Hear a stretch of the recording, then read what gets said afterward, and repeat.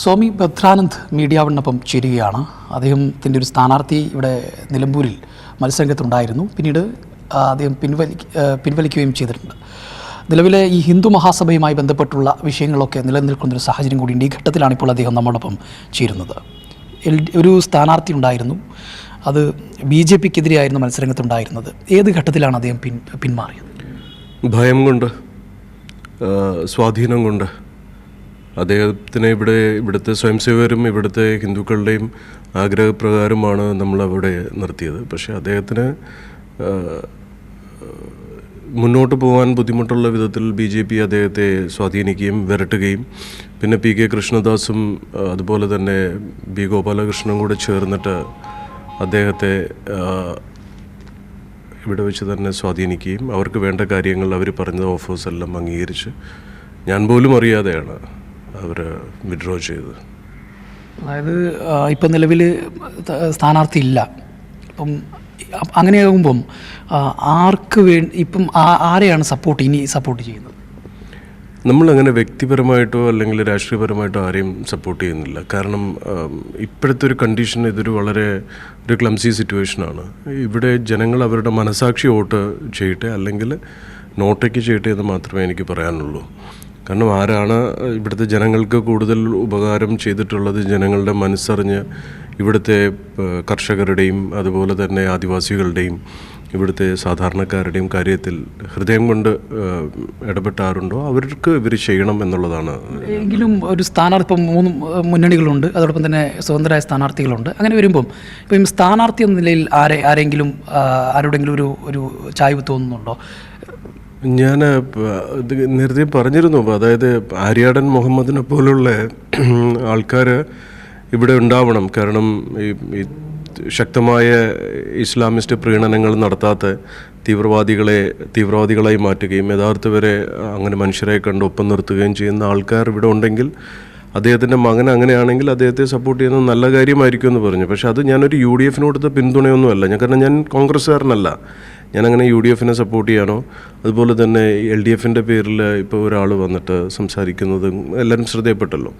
ഞാനങ്ങനെ ഒരു പാർട്ടിയുടെ ബേസിൽ അല്ലെങ്കിൽ ഇതല്ല. ആൾക്കാരിപ്പോൾ കമ്മ്യൂണിസ്റ്റിൽ നല്ല ആൾക്കാരെ ഞാൻ സപ്പോർട്ട് ചെയ്യാറുണ്ട്. പിണറായി വിജയൻ അദ്ദേഹത്തിനെ വളരെ രീതിയിൽ സപ്പോർട്ട് ചെയ്യാറുണ്ട്. എന്ന് കരുതി സ്വരാജിനെ എനിക്ക് അങ്ങനെ സപ്പോർട്ട് ചെയ്യാൻ പറ്റില്ല. കാരണം സ്വരാജ് എന്ന് പറയുന്നത് ഏറ്റവും കൂടുതൽ അതായത് സ്വന്തം അമ്മയുടെ സ്ഥാനമുള്ള ഇതാണ് അയ്യപ്പന് മാളികപ്പുറത്തമ്മ, മധുര മീനാക്ഷിയാണ്. അപ്പോൾ ആ അമ്മയെ മകൻ വിവാഹം കഴിച്ചു എന്ന് പറയുന്ന വാക്കൊക്കെ എങ്ങനെ ഒരാൾക്ക് പറയാൻ പറ്റും? അങ്ങനെ പറഞ്ഞുകൊണ്ട് അദ്ദേഹം ഇവിടെ വന്നിട്ട് ഇവിടുത്തെ നമ്മുടെ ആൾക്കാരുടെ വോട്ട് കിട്ടുമെന്നും എനിക്ക് തോന്നുന്നില്ല. കാരണം ഞാനത് കൂടുതലും ഈ സമയത്ത് ഞാൻ അതിനെ മറ്റുള്ള BJPക്കാരിലെ സുരേന്ദ്രനെയൊക്കെ ചെയ്യുന്ന പോലെ ഒരു രാഷ്ട്രീയ ഇഷ്യൂ ആക്കാൻ ഞാൻ ഉദ്ദേശിക്കുന്നില്ല. പക്ഷേ അങ്ങനത്തെയൊക്കെ പറയുന്ന ആൾക്കാരെ ഒന്നും യഥാർത്ഥ സനാതനികളും നമ്മളെപ്പോലുള്ളവർക്കൊന്നും സപ്പോർട്ട് ചെയ്യാൻ പറ്റില്ല, ടു ബി ഫ്രാങ്ക്. അതായത് ഹിന്ദു മഹാസഭ LDF പിന്തുണ നൽകുന്നതെന്ന് പറഞ്ഞിട്ട് ഒരു വിഭാഗം രംഗത്ത് വന്നിരുന്നു. യഥാർത്ഥത്തിൽ ആരാണ് ഹിന്ദു മഹാസഭ? ഹിന്ദു മഹാസഭയ്ക്ക് ഇപ്പം മൾട്ടിപ്പിൾ ഇതുണ്ട്, ഫ്രാക്ഷൻസ് ഉണ്ട്. ഒരുപാട് രീതിയിൽ ഇത് അറിയപ്പെടുകയാണ്. പല സ്റ്റേറ്റുകളിലും 2-3 ഗ്രൂപ്പുകളായിട്ട് അറിയപ്പെടുകയാണ്. കാരണം ഇതിന് ഇന്ന് ഒരു കോർഡിനേഷനോ ഒരു പ്രോപ്പറായിട്ടൊരു ഓർഡറോ ഇല്ലാത്തൊരവസ്ഥയിലേക്ക് ഇത് എത്തിപ്പെട്ടു. എന്നാൽ യഥാർത്ഥത്തിൽ ഹിന്ദു മഹാസഭയുടെ ദേശീയ അധ്യക്ഷ എന്ന് ഇപ്പോൾ ഉള്ള ചാർജുള്ളതെന്ന് വെച്ചാൽ രാജശ്രീ ചൗധരിയാണ്. അതായത് നമ്മുടെ സുഭാഷ് ചന്ദ്രബോസ്ജിയുടെ ഗ്രാൻഡ്നീസാണ് അദ്ദേഹം. അപ്പോൾ അദ്ദേഹത്തിൻ്റെ നേതൃത്വത്തിലുള്ള ഈ ഗ്രൂപ്പിൻ്റെ കേരള പ്രസിഡൻ്റാണ് ഞാൻ.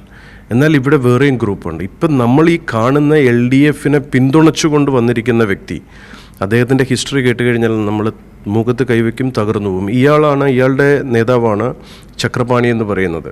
കൊറോണ സമയത്ത് നമ്മളെല്ലാം കണ്ടതാണ്. ഈ ചാണകം വാരി തേക്കുകയും ഗോമൂത്രം കുടിക്കുകയും ചെയ്ത കൊറോണ മാറുമെന്ന് പറഞ്ഞ് അതൊക്കെ ചെയ്ത ആ ഗ്രൂപ്പാണ്.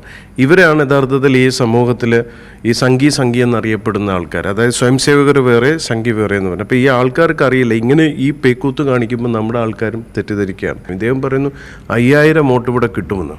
ആ 5000 വോട്ട് കിട്ടുമെങ്കിൽ 5000 വോട്ടിന് എത്ര മെമ്പേഴ്സ് അദ്ദേഹം കാണിച്ചു കൊടുക്കണം? നാക്കെടുത്ത കള്ളമേ പറയുള്ളൂ. അപ്പോൾ ഇങ്ങനത്തെ ഒരുത്തനെയാണോ LDF കിട്ടിയിരിക്കുന്നത്? LDF ഇത്രയ്ക്ക് ഗതികേടാണോ? LDF ആയിട്ട് നിന്നാൽ മതി. LDFന് അതുപോലെ തന്നെ അതുപോലെ ഗോവിന്ദ മാഷ് എന്തിനാ ഈ പ്രീണനമൊക്കെ പറഞ്ഞ് ഈ PDPയുടെ പിറകെ കിടക്കുന്നത് എന്തിനാ? അതുപോലെ തന്നെയല്ലേ ഇതുപോലത്തെ ഗതികേട് കൊണ്ട്, അത് നമ്മൾ നിവൃത്തികേട് കൊണ്ട് നമ്മൾ മലവും ചെളിയൊക്കെ വാരി തിന്നേണ്ട ആവശ്യമുണ്ടോ? ഇതിനെ പിന്തുണയ്ക്ക് ഇവർക്ക് ഓൾറെഡി ഒരു LDF ബന്ധമുണ്ടെന്ന് ഇവരെ അവകാശപ്പെടുന്നു. എനിക്ക് കിട്ടിയ വിവരം അനുസരിച്ച് അങ്ങനെ ഒരാൾക്കാരും ഇവരുമായിട്ട് അസോസിയേറ്റ് ചെയ്തിട്ടില്ല. ഇപ്പോൾ ഇന്നലെ രാത്രി തന്നെ മുഖ്യമന്ത്രിയുടെ ശ്രദ്ധയിലും ഇത് എത്തിക്കഴിഞ്ഞു. കൃത്യമായിട്ട് ഇവരുടെ കംപ്ലീറ്റ് ഇതും അറിഞ്ഞു കഴിഞ്ഞു. അപ്പോൾ ഇവരെ സത്യം പറഞ്ഞു കഴിഞ്ഞാൽ ഇവരെ ഇറക്കിയതിന് പിന്നിൽ ഇവിടെ ഈ ഹിന്ദു മഹാസഭ ഇന്ന് കേരളത്തിൽ ഈ രീതിയിൽ മാധ്യമങ്ങൾ അത്രയും ഇമ്പോർട്ടൻസ് കൊടുക്കുകയും നമ്മളുടെ ഈ കാര്യങ്ങളെല്ലാം ആശയങ്ങളും ഈ ഫൈറ്റെല്ലാം വന്ന് നിലമ്പൂരുമായി ബന്ധപ്പെട്ട് നമ്മുടെ ഒരു വരവോടുകൂടിയാണ്. അപ്പം നമ്മൾ കൊടുത്ത അതായത് BJPക്ക് അഗൻസ്റ്റ് ആയിട്ടുള്ള ഒരു ഫൈറ്റ് ഹിന്ദു മഹാസഭ ഇതാക്കിയപ്പോൾ ഈ BJPയിൽ തന്നെ ഉള്ള ചില ആൾക്കാർ ഇയാളെ പർച്ചേസ് ചെയ്ത് ഇവിടെ നമുക്കിട്ട് പണി തരാൻ വേണ്ടി വന്ന ഒരു സംഭവമാണ്. അതിപ്പം ഇവരുടെ കൂടെ കൂടിയപ്പോൾ അവർക്കും കൂടെ പണിയായി. ആർക്കാ? LDFനും കൂടെ പണിയായി. എൻ്റെ അറിവിൽ ഇങ്ങനെ ഇതുപോലുള്ള ഗതികെട്ട് ചീഞ്ഞ സാധനങ്ങളെയൊക്കെ LDF ചുമക്കുമെന്ന് എനിക്ക് തോന്നുന്നില്ല. കാരണം അവർക്ക് അവരുടേതായ ഒരു ഡിഗ്നിറ്റി ഉണ്ട്. അവർ പറയുമ്പോൾ ചില കാര്യങ്ങൾ ചിലപ്പം എക്സ്ട്രീമായിട്ട് ചിലതൊക്കെ സംസാരിക്കും, ശബരിമല പോലുള്ള വിഷയങ്ങളുടെ കാര്യത്തിൽ. പക്ഷെ എന്നാൽ പോലും കാരണം അവർക്കൊക്കെ ഒരു ക്വാളിറ്റി ഉണ്ട്. ഇപ്പം CM പിണറായി വിജയനെ പോലെ ഇത്രയും സന്യാസികളെയും ഋഷിവര്യന്മാരുടെ ചിന്തകളെയും ബഹുമാനിക്കുന്ന വേറൊരു ആളുണ്ടോ എന്ന് ചോദിച്ചാൽ തന്നെ ബുദ്ധിമുട്ട്. അത്രയും വളരെ ഒരു വ്യക്തിത്വത്തിൻ്റെ ഉടമയാണ് പിണറായി വിജയൻ. അപ്പോൾ അദ്ദേഹത്തിന് ഇതുപോലുള്ള ആൾക്കാരെ ചുമക്കേണ്ട ഗതികേടൊന്നുമില്ല. ഉണ്ടോ? പിന്നെ ഈ ആക്ഷൻ ഹീറോ ബിജു സിനിമയിൽ ചേച്ചി കുറച്ച് ചോറ് തരുമോയെന്ന് ചോദിച്ച് കയറി പോകുന്ന പോലെ പോയതാണെന്ന് അത് വിജയരാഘവനും പറഞ്ഞാൽ മറ്റേ ഗോവിന്ദ മാഷ് പറഞ്ഞു എനിക്ക് അദ്ദേഹത്തിന് അറിയ പോലും ഇല്ല എന്ന് പറഞ്ഞു. പിന്നെ എല്ലായിടത്തും ചെന്ന് ഇടിച്ച് കയറി എന്ത് ചെയ്യാൻ പറ്റും? ഈ കോലവും കാവി ഇതും തലയിൽ കേട്ടും കുറേ ഇതൊക്കെ വെച്ചിട്ട് പോയിട്ട് ഇയാൾ ഇങ്ങനെ നടക്കാണ്. ഇയാൾക്ക് എത്ര അടി കിട്ടിയെന്നറിയോ? നമുക്കിവനെ പിടിച്ച് അടി കൊടുക്കാൻ പറ്റാഞ്ഞിട്ടൊന്നുമല്ല. നമ്മുടെയൊക്കെ ചരിത്രം എടുത്ത് പഠിച്ചറിയാൻ നല്ല പോലെ അടിക്കാൻ പറ്റും. പക്ഷേ ഇതുപോലുള്ള ഒരു കക്കൂസിനെ അടിച്ചു പൊട്ടിച്ചിട്ട് നമുക്കൊരു കേസ് ഉണ്ടാക്കാൻ പറ്റുമോ? എന്തിനു ഇഗ്നോർ ചെയ്യാന്നല്ലാതെ? പിന്നെ ജനങ്ങളെ പബ്ലിക്ക് കാണുകയല്ലേ ഇതൊക്കെ.